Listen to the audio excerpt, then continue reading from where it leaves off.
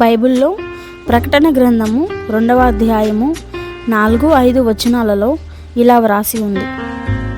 అయినను మొదట నీకుండిన ప్రేమను నీవు వదిలితివని నేను నీ మీద తప్పు ఒకటి మోపవలసి ఉన్నది.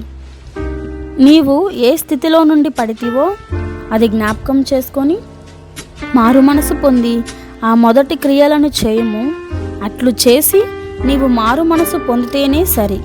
లేని యెడల నేను నీ యొద్దకు వచ్చి నీ దీపస్తంభమును దాని చోట నుండి తీసివేతును. నేస్తమా, ఆనాడు దైవజనుడైన యోహాను గారు ఎఫెసు సంఘానికి తప్పు ఒకటి మోపుతూ ఒక లేఖ వ్రాశారు. మొదట నీకుండిన ప్రేమను నీవు వదిలితివని నీ మీద తప్పు ఒకటి మోపవలసి ఉన్నదని అన్నారు. ఇప్పుడైనను రక్షణ పొంది ఒక సంఘంలో చేర్చబడిన మనం రక్షణ పొందిన క్రొత్తలో దేవుని మందిరం విషయంలో ఎంతో ఆసక్తిని, శ్రద్ధను, భక్తిని మరియు విశ్వాసాన్ని కనపరిచాము.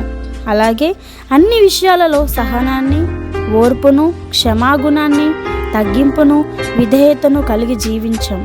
మరి రాను రాను ఎలా ఉన్నాము? రాను రాను ఎలా మారుతున్నాము? నేస్తమా, ఒకసారి మనల్ని మనం పరీక్షించుకుందామా? మనం మొదట కలిగిన భక్తిలో దేనిని విడిచిపెట్టాము? నా ఆత్మీయ సహోదరి సహోదరుడా, నీవు ఏ స్థితిలో పడిపోయి భక్తిని కోల్పోయావో జ్ఞాపకం చేసుకో. మరలా మారు మనసు పొంది ఆ మొదటి క్రియలు చేయమని లేఖనమైన బైబిల్ గ్రంథం చెబుతుంది. లేని యెడల దీపస్తంభం తీసివేస్తానని దేవుడు మనల్ని ప్రేమించి హెచ్చరిస్తున్నాడు. జాగ్రత్త సుమా.